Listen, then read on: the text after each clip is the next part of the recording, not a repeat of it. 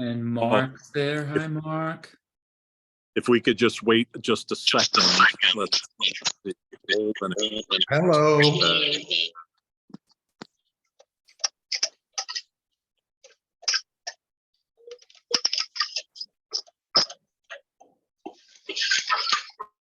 We hear somebody. Oh, there you go. I'm just too excited now. My tail's wagging. I can hardly sit.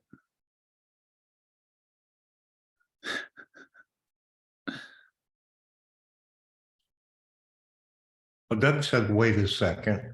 So that's what we're doing?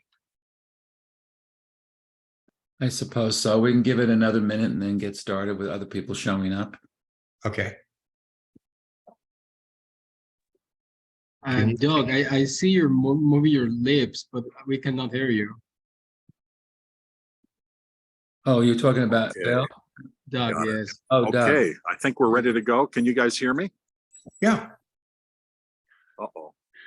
Can you guys hear me? I can't Yes. hear, so I mute. Yeah, we can hear you and your There you camera's go. a little slow. Loud and clear, but yeah, I cannot see you.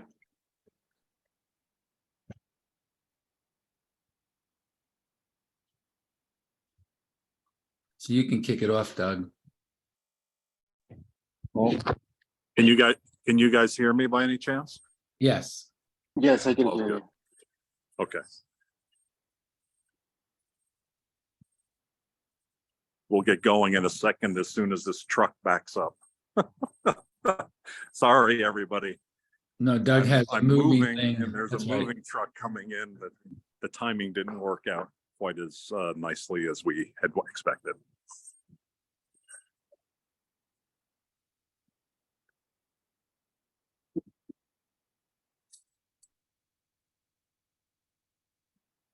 Oops. Yep.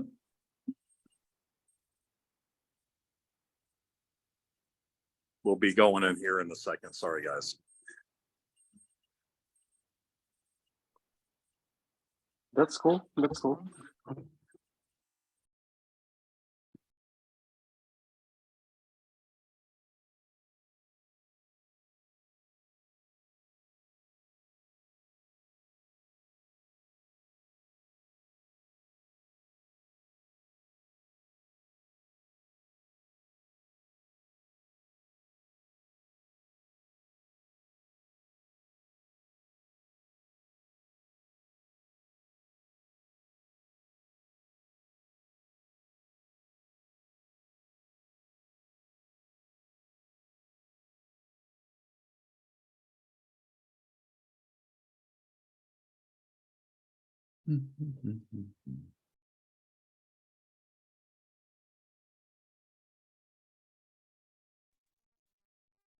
But I'm just going to come down here away from the noise.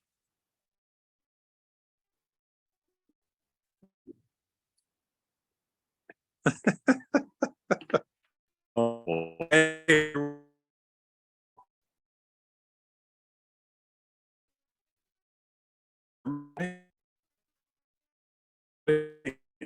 Hey, Doug, we're having trouble with your audio. Maybe if you shut off your screen, it might work better. Shut your video. Because it's going in and out. We can't hear you. Okay. Can you guys hear me now? Yeah, that's Perfect. much better. Yeah, very good. Much better. Okay. Super. Okay.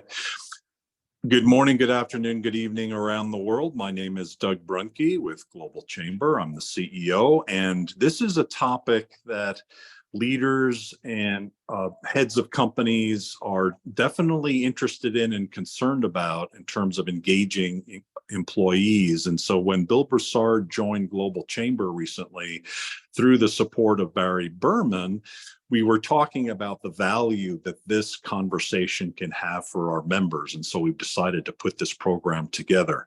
I believe Bill Foch will also be joining us. And so we'll have Bill Broussard, Bill Foch, and Barry Berman as the subject matter experts. And undoubtedly, there'll be some really interesting folks in the audience as well. And so we look forward to your input and thoughts on this critically important topic. One of the things Bill Broussard that Bill Foch has mentioned is something that he has really believed in, and that is that employee engagement is critical to the long-term success and profitability of companies. And I know you feel that same way too, from your writings and your studies and what you'll be sharing here today. So I'd like to introduce Bill Broussard, who will be our first speaker. Then we'll go to Barry. And then we're going to open it up for Q&A along the way. Bill, would you like to start? Sure, I'd love to. Good morning, everybody, and thank you for coming. Maybe just a little background would help. We, in trying to wrestle this elephant of employee involvement and employee participation, we decided that maybe the easiest way to go about it so that it is workable for all of you with different size companies and different size workforces is to provide an option that could be done by you without any consultative help in your workplace and frankly provide a starting place for involvement. A lot, in almost 50 years of consulting, I've seen a lot of methods people use to get employee involvement. And some of the methods they use tend to be very complex, very sophisticated, like lean engineering is very complex and can be very sophisticated. They also can use things like suggestion boxes, which really try to capitalize on employee ideas. We're taking a slightly different cut at that apple. We're talking about, and we will be talking about, having them somewhat knowledgeable on the business results that allow your company to be viable. And this came out of, what we're talking about today is really just one extraction from the 10 years we spent at the Ford Motor Company with employee involvement down at the plant level, employee involvement at the plant management level, and employee involvement where we were involved up to the CEO and to the vice president level. And the one thing that I think Ford did great in those 10 years is any employee involvement was always targeting improvements or business results. We were kind of astounded to be, and lucky to be, their partner in their employee involvement efforts and targeting outcomes as a key to involvement. So we're going to say a little bit about prepping or starting in your workplace, the leaning toward employees being involved in business results.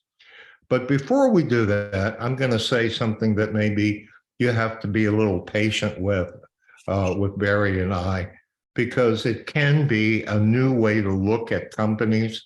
And anytime you have a new way to look at companies, it can be a little bit disturbing or a little bit provoking. We want it to be provoking. We don't want it to be disturbing, but if it's provoking, and all the better. Barry, can we see the next slide? Yes. Thank you. Isn't that cool? These are ideas that we're presenting to you as sort of a backdrop for employee involvement. And when the talk is over, we're asking you to take these ideas and just look at your own workplace when you get off this call or when you get back to work, and see if there isn't something that is kind of valid about what we're saying. So here's what we're saying. People think that organizations are functions, chimneys, silos, whatever you call them, business systems or skill sets we're saying, no, they're probably more than that. Maybe they're more than that, as a matter of fact. Maybe organizations are nothing more than conversations, people speaking and listening to each other. So if I came to your company and I said, take me to the accounting department, you probably could do that. But when I got to your accounting department, I wouldn't know that it was your accounting department, because what I would see is people in what you call the accounting department speaking and listening. And we kind of think that conversations are a very interesting way to view the nature of organizations. It suggests that maybe organizations are more flexible than we give them credit for. Maybe organizations are more prone to change or transformation than we give them credit for. And that if you alter the conversation in an organization, you could alter the output of the organizations. The predicament with conversations is the second bullet point. Conversations disappear. Now, a typical example I have to give you, and that some of you may be familiar with, but I'm intimately familiar with. I'm watching a football game. My wife walks in and says, "Hey, Bill, would you take out the trash?" And I say, "Sure, glad to." Football game's over. I'm sitting listening to the debrief of the football game. And Pat says, "I thought I told you to take out the trash." And I suddenly remember, yeah, she did. But for about 20 seconds after she said it, that conversation disappeared. And for people who work in organizations, we're aware of that. We don't say it to each other like that. We don't talk about it like that. But we do know, for instance, that safety is one of the predominant conversations that will disappear. And that's why safety experts know that every couple of years, you have to ramp up, you have to change, you have to call to people again, you have to put courses in place, you have to do something to re-energize and recreate a powerful conversation about safety, or the conversation about safety just falls into the background and people do what they think they have to do at work without taking heed of safety being important, safety being critical, and in most companies, safety being first. The conversation about safety can disappear. Somebody want to say something? No. Okay, I would say that equally as fragile as safety is the conversation for outcomes. And why would I say that? Well, I would say that because upon observation, it seems to me, and has seemed to me, and look, I think it was seemed to you, that people lean toward process. If they can find a process, they can execute. If there is a repeatable set of behaviors that they are familiar with, they really do not concern themselves with, is there an outcome from that process? They are concerned first and foremost with executing the process. And so part of the employee involvement that started in the 80s by Deming was an attempt, when you take the complexity and all the narrative out, it was an attempt to get employees looking at outcomes. At Ford, in the plants, when they said, we want you to participate and want you to become involved with the beginning of in the making of a car so that we have a better car, everybody in the plant said, yeah, thank you for sharing, we don't believe that. And they went back to doing what they do. It wasn't until Ford went to the plants, gave everybody in the assembly line a button, and said, if you spot a quality product problem with this, press the button. And when the button is pressed, we'll stop the line. Hmm. And at that point, everybody got converted. There was an outcome that they could do that was contrary and the antithesis of what they had been doing. The logic behind that is pretty simple.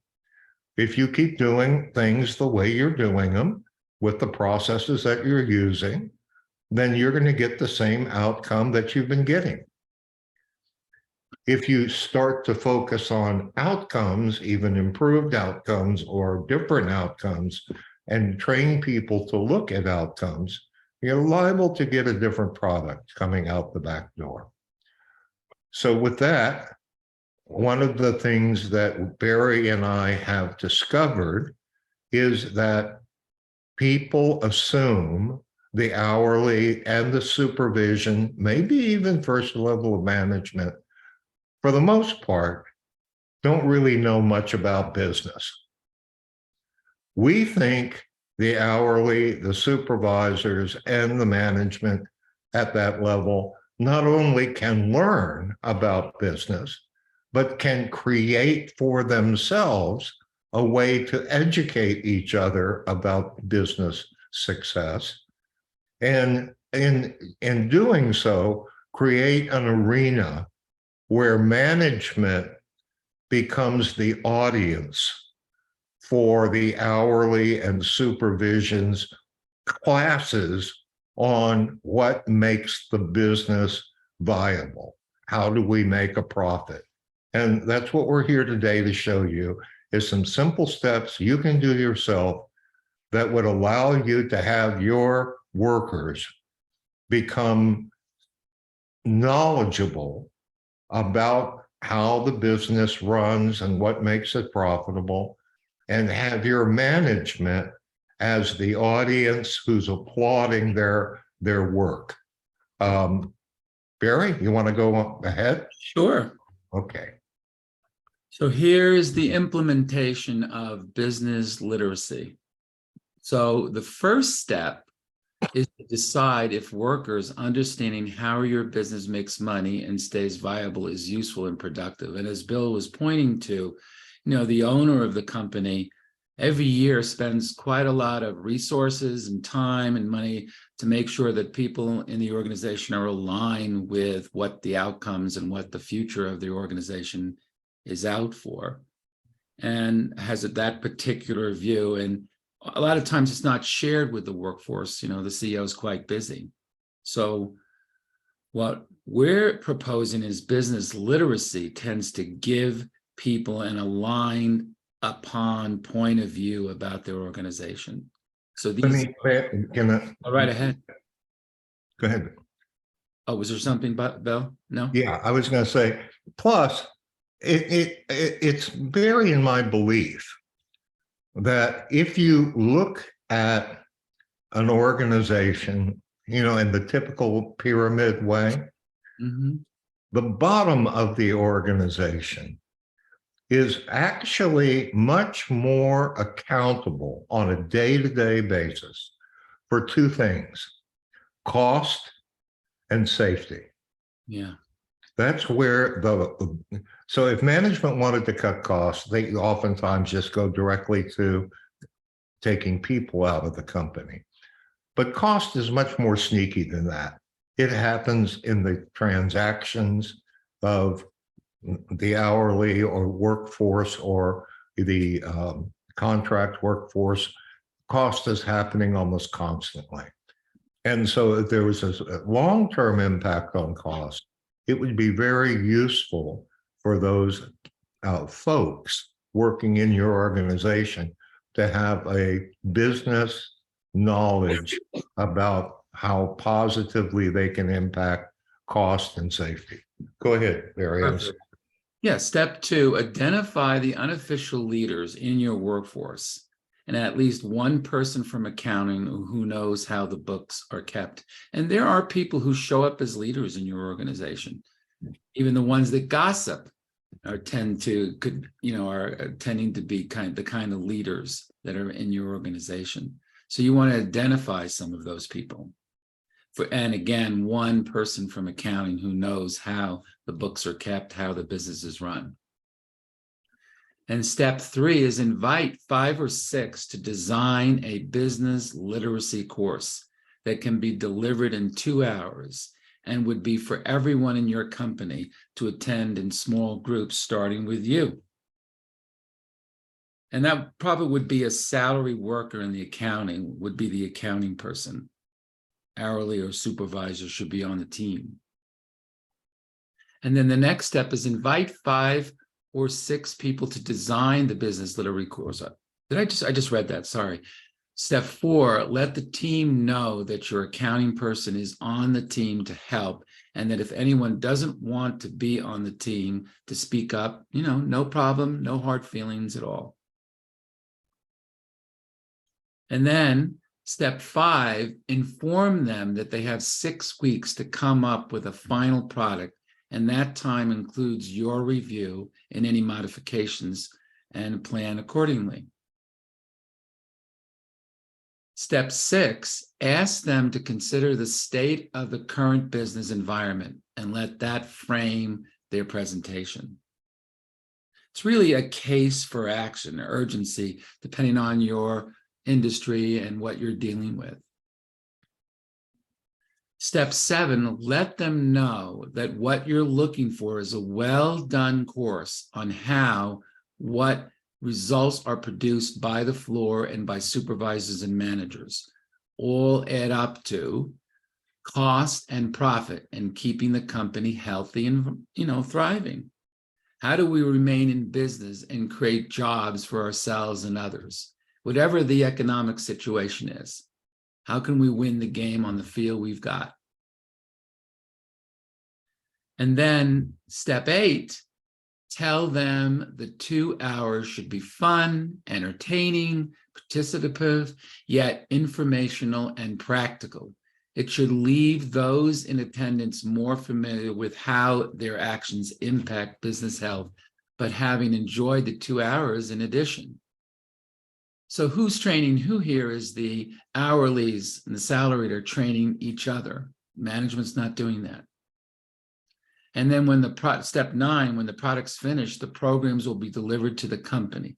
First to the project champion for input, and then to company employees. Not by a training person or sent by email. The team, the hourlies, delivers the sessions. Your plan is to make them look just awesome, rock stars. Here's what happens if you actually take this on. Business literacy begins the future employee involvement efforts like quality management, continuous improvement, or floor level problem solving. These hourly, The slide didn't change, Barry. It didn't? Sorry. Oh, Okay. there it is. Now it You did. see it says the impact. I apologize. Everybody says it's all right. So the business literacy begins the future employee involvement. Literally, the people at those levels can see things the management can't see about what works, what doesn't work, what maintains safety. And a lot of times they're just so busy doing their job, they're not going to share that. When they can see how the company profits and how they can profit and how the company can grow and expand and have it be a long-term future for them, they're going to participate with you and they're going to let you know what works or doesn't work. And many companies follow courses by displaying floor level outcome data daily. It's not presented as an enticement, or as a manipulation or a whip, but just as fact and to keep the conversation of eye-level outcomes alive. It might be a display presented somewhere on the floor where you can see the numbers or a chart or, a temperature gauge, however you do this, so they can see how things are going out of the efforts that they're participating in. And then starting involvement activities with business consequence establishes the direction you intend involvement to take and to expand their involvement. So this is one aspect of employee involvement you can do for yourself. You can do this at any time. You can start it at any time on your own. And I think Bill, we're going to make this, or Doug, we're going to make this available to people can actually see this again. You'll be able to download the presentation so you have it in front of you. So, any questions? Yeah, let's open it up for discussion. Yeah. Unless Bill has joined it. Has Bill joined us? We have not seen him, no. Okay, let's open it up for discussion then. Yeah. What questions do you have? Comments? What if, ands, or buts? Well, I'm just reminded of some of the outcomes that I've just heard about anecdotally over the years. Quality job one. Big banners that say 13,000 hours since our last accident. That kind of stuff. I was also reminded of the phrase that you get what you measure. While Barry was talking about one of the points. Trucker, I think, said that. Yes. Yeah. I'm kind of impressed. Bill, I've got the impression that you were part of the sea change that turned Ford Motor Company around. Oh, what? Yeah. So it's. Yeah, I feel like I'm in rarefied air, being in the same meeting with you. Let me say something about that because there really was a lot to learn about. Doug, did you want to say something? I'm sorry. You're on No, mute. go ahead, please. Go ahead. There's a lot to learn about employee involvement from those years. Not for me, obviously, but those years were very informative. First of all, Deming was heavily involved. And he had just come back from writing, and he was, coming back from Japan. And the three automotive companies were under enormous economic pressure. Japan was everywhere you looked, eating up in market share. And the three companies took very different strategies. And the first strategy was, if you can recall back to that time, was the Iacocca strategy at Chrysler. And that strategy was very simple. You burn down the house to get rid of the rats. And people were flying out the door everywhere, unemployed. He took it down to its bare minimum. And then he had Chrysler produce 4 models of cars. But the clever thing about that is that the platform or the base of the cars were all the same. The most expensive part of the car was all the same. So if you bought, one Chrysler because you liked the body styling, you really were buying the other 3 Chryslers at the same time. General Motors was a huge, complex organization, and they decided the best way to fight this is to go take a lot of money and build a little company that they owned called Saturn. And that way they could practice employee involvement away from what all the culture of General Motors would suffocate it. And of course, if you remember, that was heralded as a great breakthrough, and it lasted all of about 12 years. At Ford, they did something very different than the other 3. They didn't have the inhumanity of Chrysler. So they were not letting thousands of people go. They didn't have a lot of money to spend on building a new company like Saturn. So they started participation at every level of the company to really start to begin to design collaboratively and produce collaboratively the car that came out with low defects.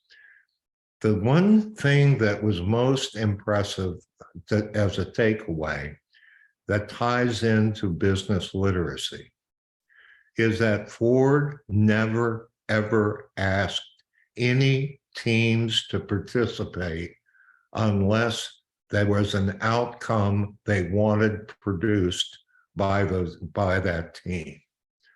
So at General Motors, they put in employee involvement, and 90% of what they got from that was what they call hygiene improvements, moving the water fountain, around to a nice place in the plant. Ford never did that. They said our whole intent for employee involvement is to impact cost and quality. And so they had a measure and a time limit on everything they asked teams to do. And I think the easiest way to talk about the difference is at General Motors, they built teams so that someday those teams could do something.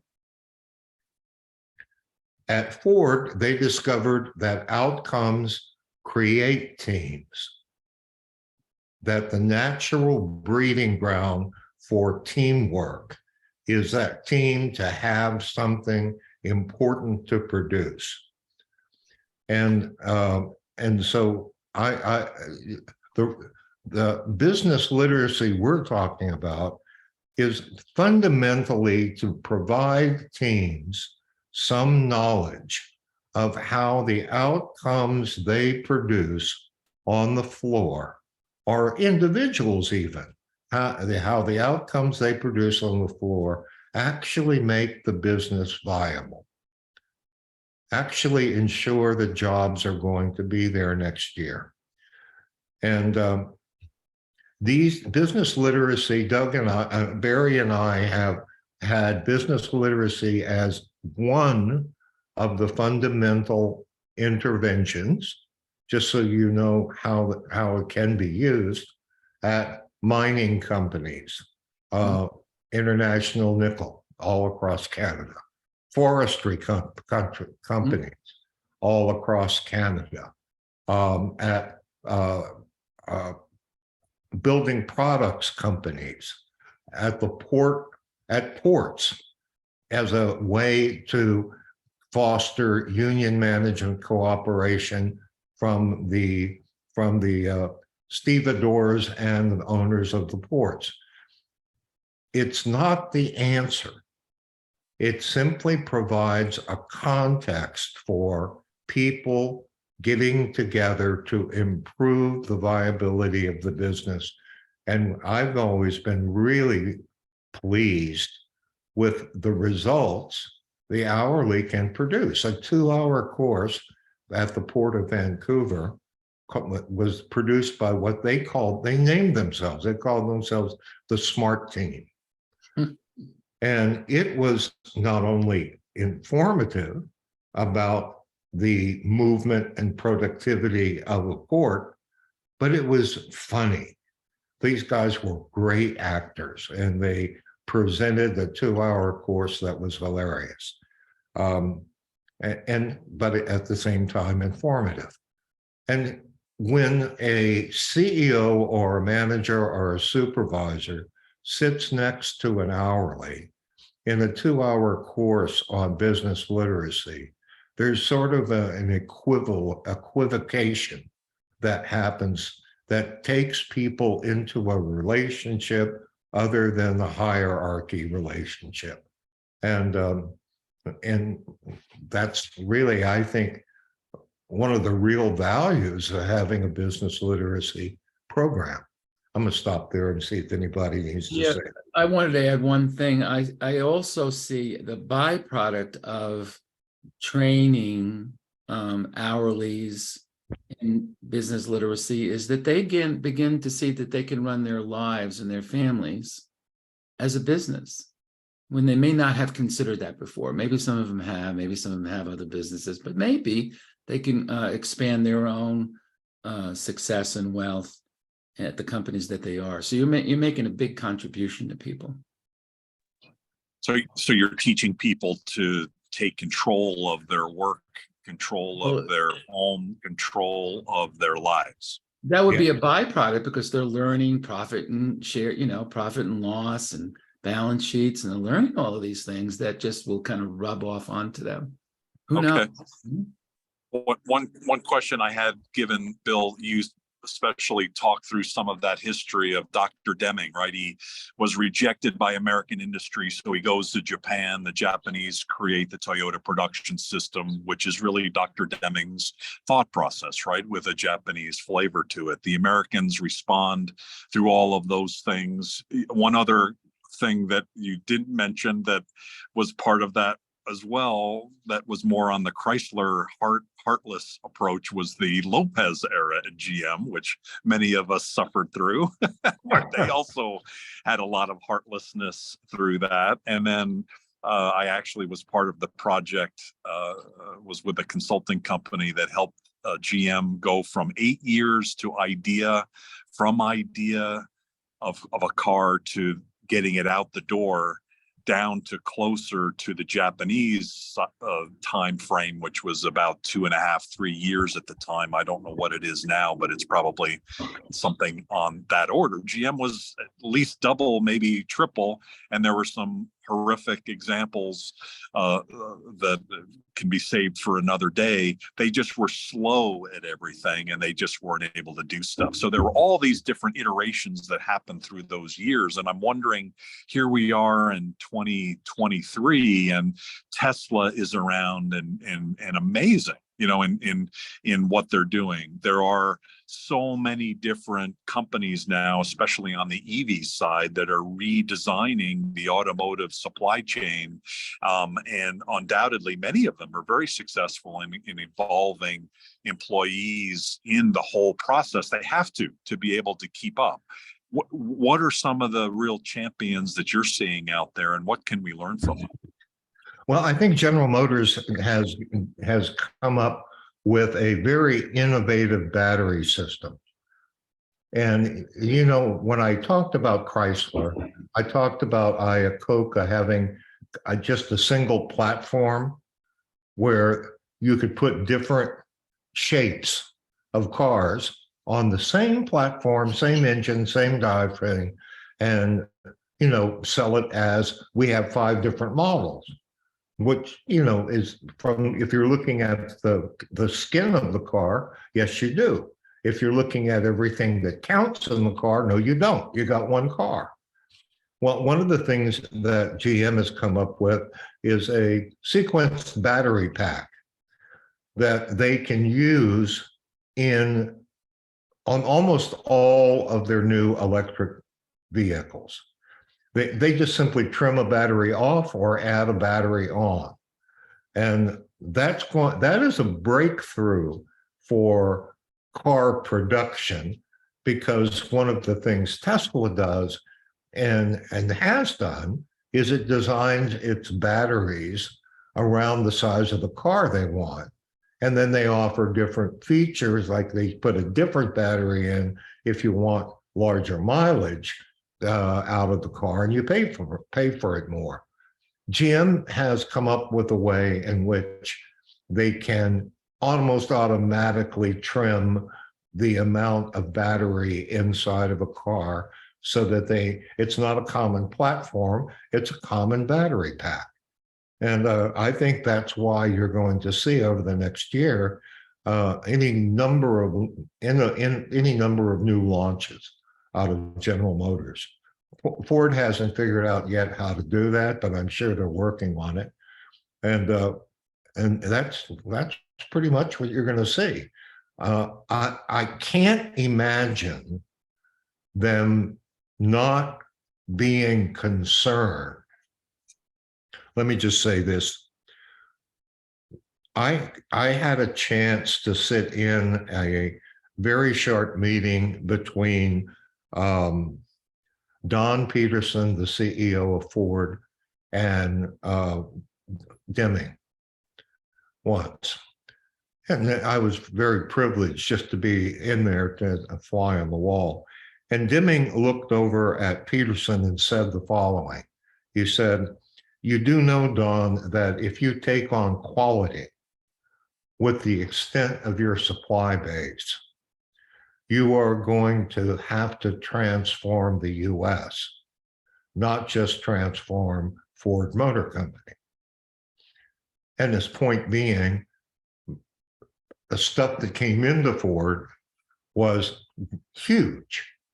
And there was no accountability at that point for the supply base having the same passion about quality that Ford did. And Peterson looked up and he kind of stopped for a moment at Ben Deming saying that, and he said, you know, that'll be a good thing to do with a career, which was a stunning answer. And from there, they started figuring out how to measure and impact quality in their suppliers.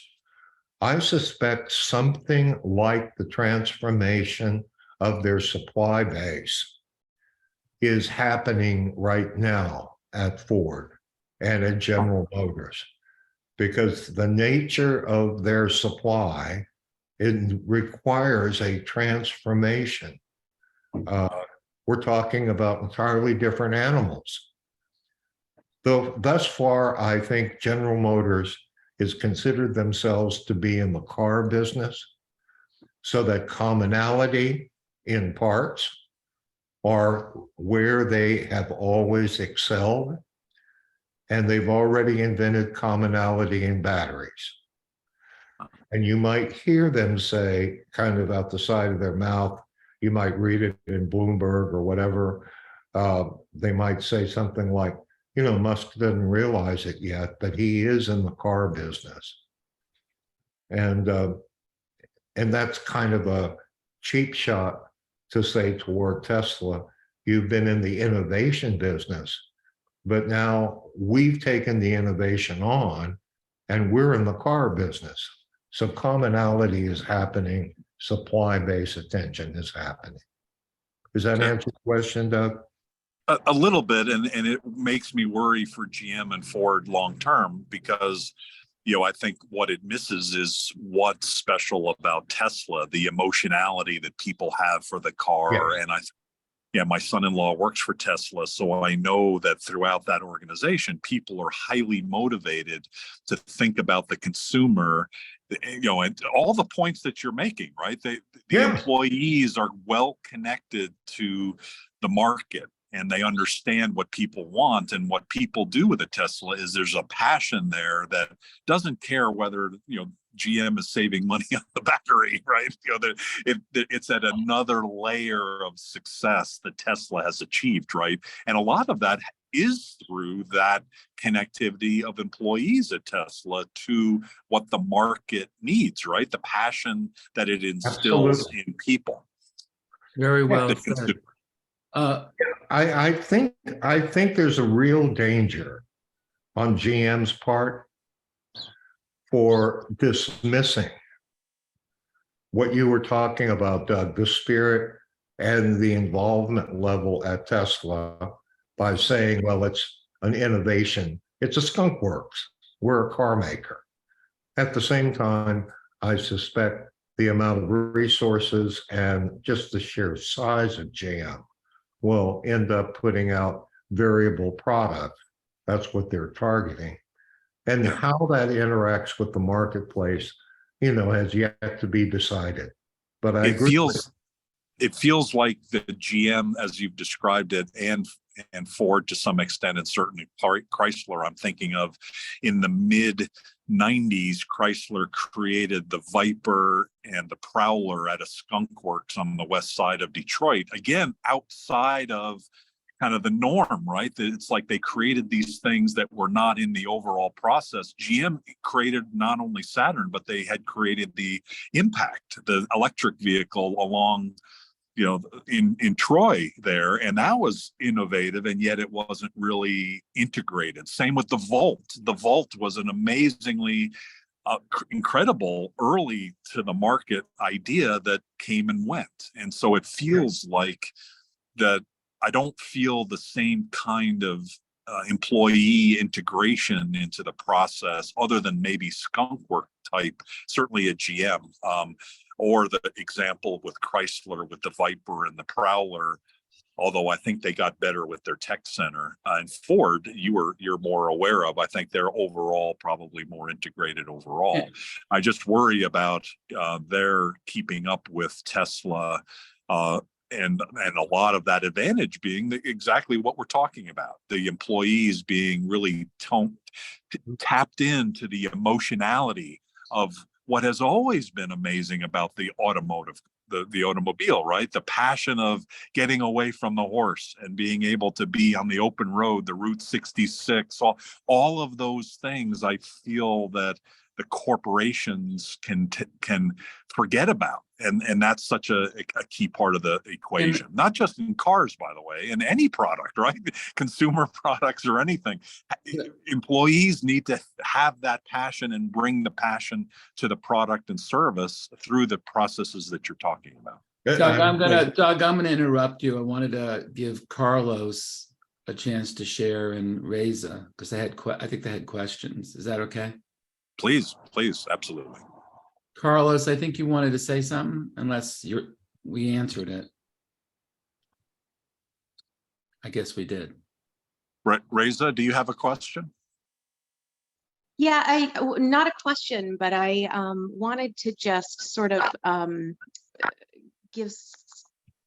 touch on what I find fascinating about the conversation and about the employee engagement is it's sort of this compounding effect I see, because when you incorporate employees and you allow them to feel respected, validated, and heard, it allows a newfound sense for people, to work harder and do more and find and be more innovative and more creative. And so that's how I see that this can have a major compounding effect on a business's success.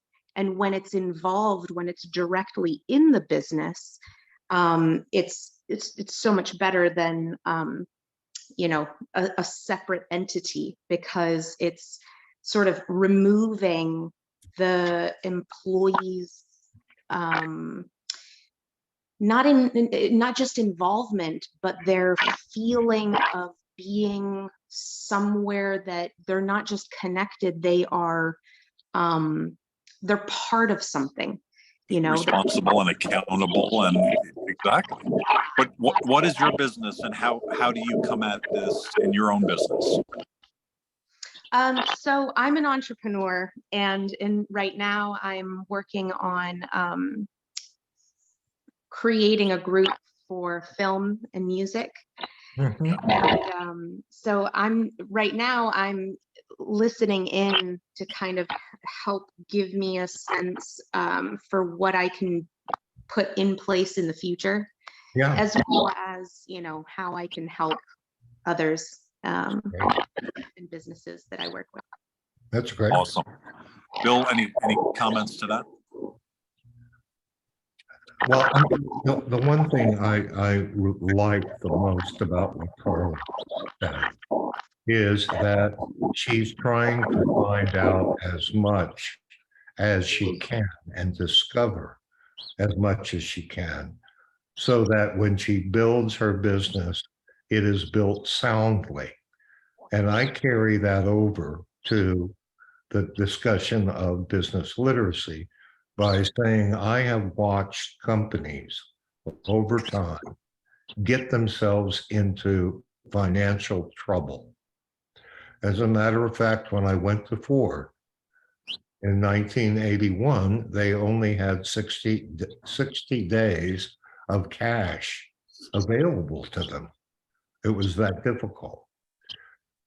Nothing is smarter and wiser than doing this, something like business literacy or employee involvement, when the company is healthy, well in advance, because it's there when the time comes, and the time will come when, because of market change, economic change, whatever, customer preference change, you'll find your company a little bit in difficulty, and you've built a muscle. And Carla is looking, before she even has a company, looking at what muscles to build, and I commend her for that. It's just inspiring. The best of luck, Marla. What about Carlos? Hey, thank you. Thank you. And sorry, I was from my phone and it seems that it wasn't working properly. So that happened. Anyway, thank you very much. I think it was Barry actually who mentioned this, or it was about the fact that if we take a look at the organization like a Whoops. Whoops. We lose Carlos?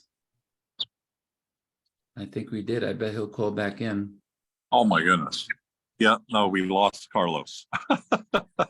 Well, but But before he comes back in here on the slides, I have, this is how to reach us. Oh my God, did that really happen? Back, Carlos is back. Okay, good. Carlos, go back to what you were saying. I'm sorry. Thank you. Okay. So basically, what I was saying is, if we take a look at the organization as a pyramid, I think that you mentioned something that is extremely important here, because it doesn't matter how good management is. At the end of the day, I mean, we have to take in consideration the cost or the impairment in cost that we are not seeing, right? That means, like, for example, if we are bleeding a lot of money in a small part of the organization, we as management cannot see it unless we start communicating effectively with the rest of the departments. So this is what I take from the meeting, and I believe this was really, really good information. So thank you very much for everything that you said, both of you. Thank you. It's our pleasure, Carlos. One of the things, I was listening to Tesla's investment day the other day, and one of the things that surprised me is that when they make decisions, they involve the entire company. Now, entire company might be the gigafactory or headquarters, not, they get everybody in the room together and talk about it. And I don't know how you manage something like that, but they seem to be effective with it. So Yeah. I was just sharing that I put up the screen there if you want to reach us. Also, we have Bill has a very well-written technical note on just this. If anyone's interested in that, you can just contact me and send me an email or call me and we'll send that to you. What are the types of projects that you guys are working on and that you like to take on? Wow. Well, this, as an example, and Mark Bond and I have been talking about it. I don't know, Mark, do you have any comment? I do this to people. I put him on the spot, and Mark knows I'll do this to him, so he's very generous with me. Yeah. Mark, There there he is. Who is it? This is Mark Bond from Metro Group in Salt Lake City. Yes. Oh, hi, Mark. Hi, how are you? Yeah, I just think, it's a very important concept that we're discussing here today. And I think it's mostly just making sure that the employees are involved in your business. And I really liked the first part of this presentation where you talked about the importance of conversations. And I think that is the one thing that we try and do, and it's easy to forget, but we have a very important safety department, and it's one of our core values. We're in a recycling business that has a lot of danger to it, and so we're constantly talking about safety, and it's just important to keep those conversations going. And I just agree that whatever we want to be discussing, those are the things that come up that are important to the organization, and so the conversations are the most important. Yeah. Yeah, Mark, it could be said that, it could be said, and it's a good place to stand to look, that conversations are all there are to organizations. What I'd like to go back to one thing that Deming spoke about 99% of the time, right? And I had the good fortune to build off of what you talked about, Bill, where when Ford decided they were going to bring those concepts to the supply chain, one of those people was Vernay Labs in Yellow Springs, Ohio. And I was a young engineer at DuPont, and I got to spend a whole week with Dr. Deming in 1985, go through his program. And every single day, it was hammered over only one thing, And that was data. And I haven't heard much here about that conversation. Conversations don't mean anything unless you have data. And that was the thing that Deming talked about constantly. It's what Toyota's production system is built on.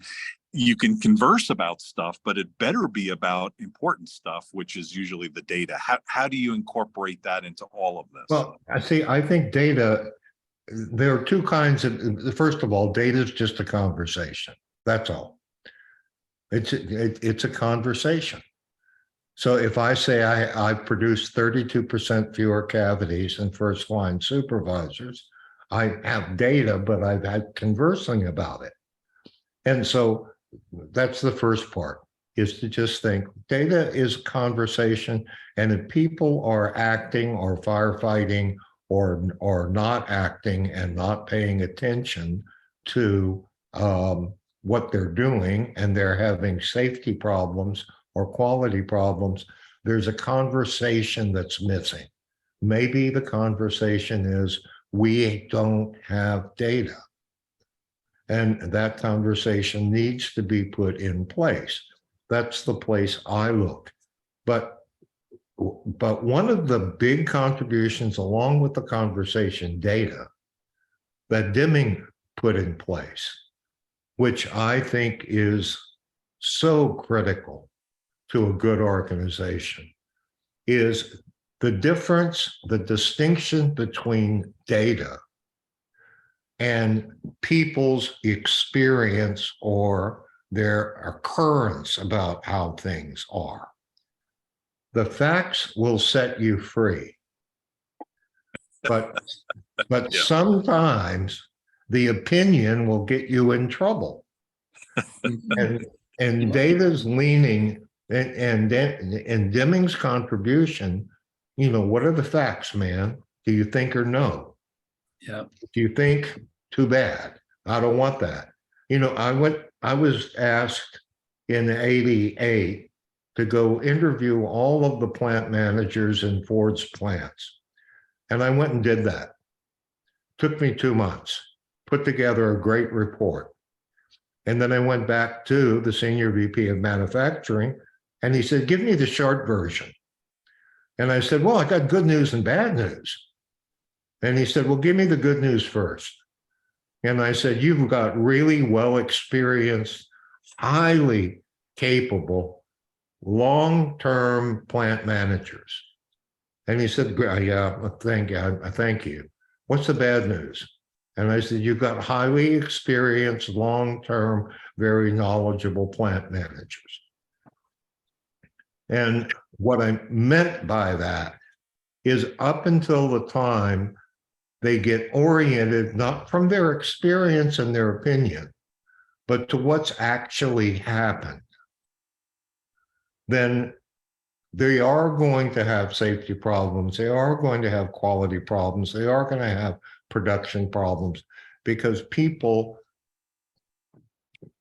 tend to orient themselves toward their opinion about things rather than the facts about something. Exactly. That's where I think data comes in and is absolutely critical. Absolutely. We've come to the end of the hour, so thank you guys. I'd like to have Doug, thank you. and have each of you just maybe make some closing comments. Barry, would you like to go first, and then we'll come to Bill? Well, for me, it's a privilege to work with Bill, and you know, people like T-Mac and Mark and I have a really great relationship. Extraordinary CEO, committed to his people. I mean, and successful. It's amazing to work around people like that, and you, Doug, and Reza, and then meeting everyone else. No, I'm just privileged to have the opportunity to do this kind of work in organizations, and lights me up, makes my soul sing, and I'm just thankful. Thanks. We're thankful to work with you, Barry. Yeah, thank Bill, what comments do you have? Well, ditto Barry, you. but also, you know, it's only been 2 months since you and I met, Doug. And in those couple of months, I have a great appreciation not only for you as a person, but also for what you're accomplishing with an international chamber. And I really appreciate the invitation to be a part of that. Plain and simple. Thank you very much. Appreciate that. I think, this has been a great conversation. I think it's a starting point on leadership and management in the next generation. We've really kind of gone back 50 years and moved all the way through to the current and talked about some really important things. And one of the things that I'm left with is, above and beyond the success you can have in business, is the success you can impart on people, at work and at home and in their lives. Raised as an entrepreneur, I don't know if she's worked in a company before. This is the fear that companies have had historically, right? Is keep them dumb, keep the information hidden from them, keep them isolated, and keep them, in the mushroom farm, right? Buried underneath everything else, and you're going to be able to keep them as an employee. Well, that doesn't work really well, in terms of the kinds of outcomes you want as a company. However, there are some negative outcomes to that, and that is they think on their own and they become entrepreneurs, and they sometimes leave and come and go. And so that's the risk that you take, and you hope to be able to create systems that are still interesting and engaging and allow people to both be challenged and also make money over time. And so thank you for bringing these ideas and thoughts. We look forward to future conversations, and please feel free to connect up with both Barry and to Bill in LinkedIn. And if you have any challenges in getting to them via email or phone, please let me know. I'm Doug Brunke, info@globalchamber.org, Doug@globalchamber.org, and certainly, send me a message in LinkedIn as well. Thanks everybody for your time. If you're listening to this on the recording, welcome. Thank you for listening, and feel free to send us your comments. Thanks, Bill. Thanks, Barry. Thank you, Thanks, Doug. everybody. See you, everybody. Bye. Cheers.